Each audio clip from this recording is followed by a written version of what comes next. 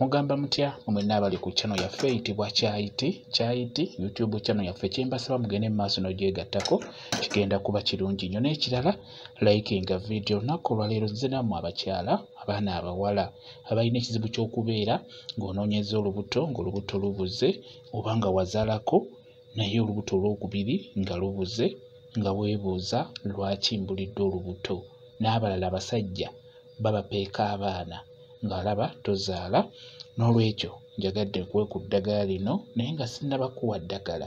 Njagadde osooke owulira ebigambo bino. Ekisookera ddala ggwe omukyala buli w'obeera mu mbeera bw'etyo ng'omaze ebbanga ng'onoonya olubuto myezi 2, myezi 5, mwaka nga mutuufu tolaba lubuto, kyandibadde kikulu nnyo weesitule ogende mu ddwaliro olabe omusawo asooka akukebera akuceekinge ajja kuba akubuulira nti tolina buzibu osobola okufuna olubuto oba ekireese obuzibu kino na kino.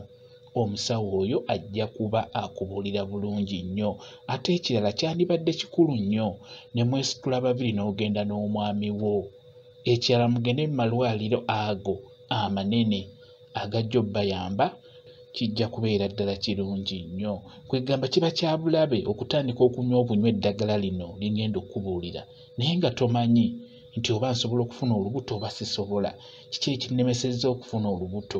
Kati n'olwekyo kikulu nnyo nga tonnakozesa ddagala lino, sooka mu ddwaliro babakebere mwenna babiri n'omwami wo bababuulire nti temulina buzibu osobola okufuna olubuto.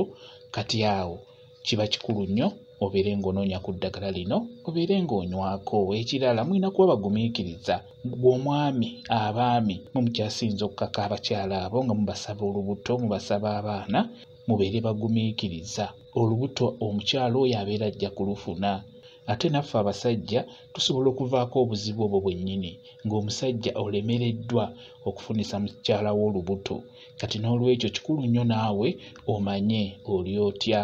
Singa babasanga nga temulina buzibu bwonna nga ggwe omwami osobola bulungi nnyo okuzaala, naawe omukyala nga naawe osobola bulungi nnyo okufuna olubuto, njagala mukozese ku ddagala lino.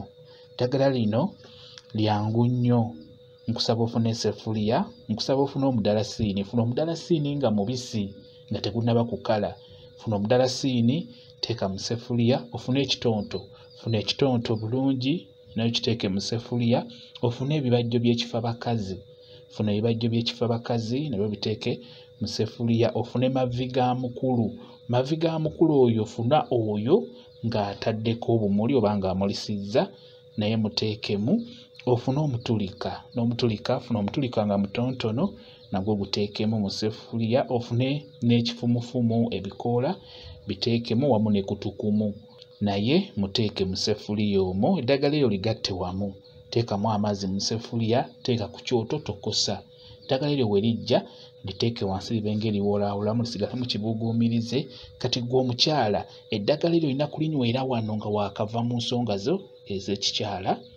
Olunaku olusooka nga waakavaamu beera ng'onywa ku ddagala lino. Olunaku osobola okunywa ekikopo kimu naye ng'ekikopo ekyo okinywamu emirundi 3.